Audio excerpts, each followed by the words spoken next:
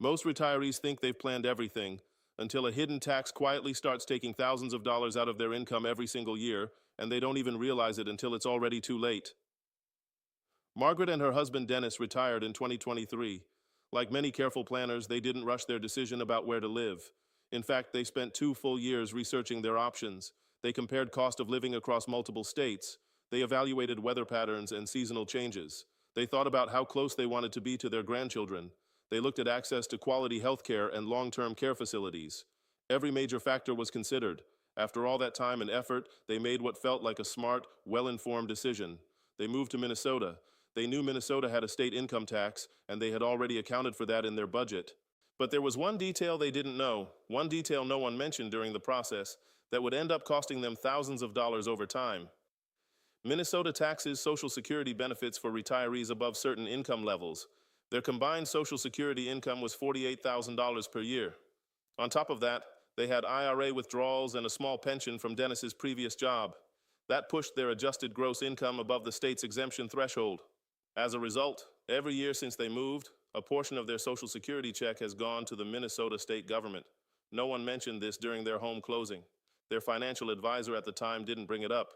They only discovered it when they filed their first Minnesota state tax return and saw a tax line they didn't recognize. Over a 20-year retirement, that one overlooked detail will cost them more than $30,000, money they believed was theirs to keep. And here's the important part, this isn't just happening in Minnesota.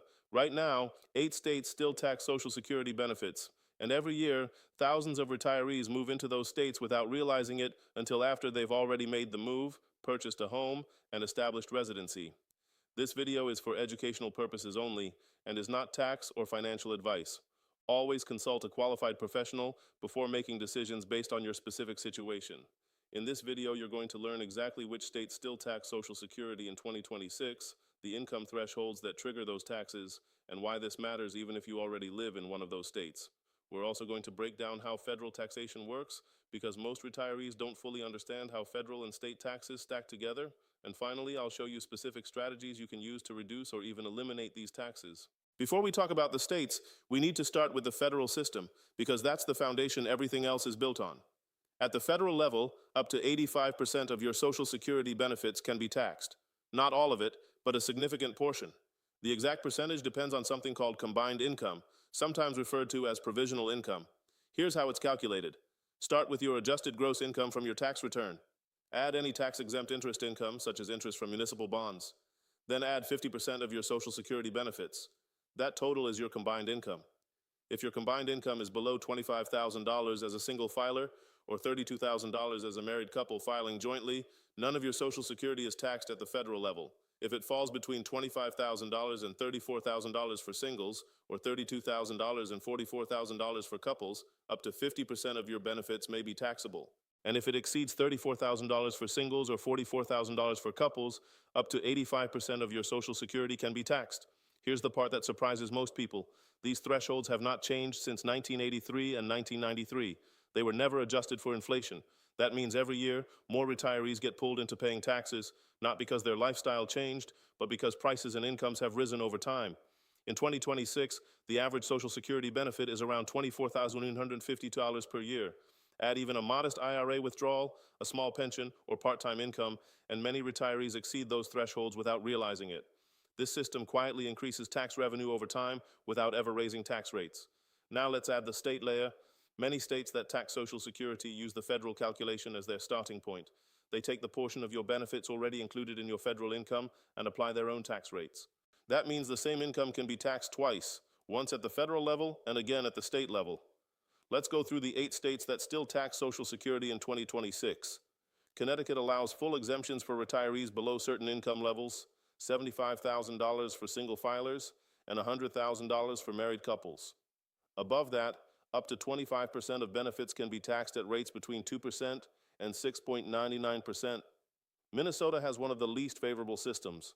Once income exceeds its thresholds, retirees can face state tax rates approaching 10% on their Social Security benefits. Montana follows the federal formula closely, taxing benefits once income exceeds federal thresholds. New Mexico offers generous exemptions, protecting most retirees unless their income is significantly above average. Rhode Island limits exemptions based on both income and age, excluding some retirees entirely. Utah applies a flat tax rate but offers credits that phase out at higher income levels. Vermont provides partial and full exemptions depending on income, with higher earners paying more. Colorado offers age-based deductions, but retirees under 65 may still face taxes depending on income. While some states have recently eliminated these taxes, 8 still remain. Now let's talk about what this means in real numbers. For some retirees, these taxes are zero because they fall below exemption thresholds. But for others, especially those with additional income, the cost can add up quickly. Even a $1,500 annual tax becomes $30,000 over a 20-year retirement. And when you compare two identical retirees, one living in a state that taxes Social Security and one in a state that doesn't, the difference can be significant. This doesn't mean taxes should be the only factor in choosing where to live. Lifestyle, healthcare, and family matter. But taxes should be part of the decision. Now let's talk about what you can actually do about it. First, understand your income level relative to your state's thresholds. Second, consider managing your income, timing withdrawals or adjusting sources to stay below those limits. Third, look at Roth IRA strategies, which can reduce taxable income in retirement. Fourth, run long-term projections before choosing a retirement location. Fifth, explore tools like qualified charitable distributions to lower your adjusted gross income.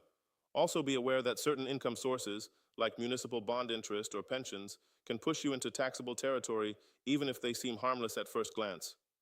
The biggest takeaway here is this: most retirees don't make bad decisions, they make decisions without complete information. Social Security is one of the most important income sources in retirement. When it's taxed at both the federal and state level, the impact can be significant. The number of states taxing it is decreasing, but it hasn't disappeared yet. If you're planning your retirement or already living it, understanding these rules can make a major difference in how much of your income you actually keep. Because the real problem isn't the tax itself. It's not knowing about it until after the decision has already been made, and by then, it's much harder to fix.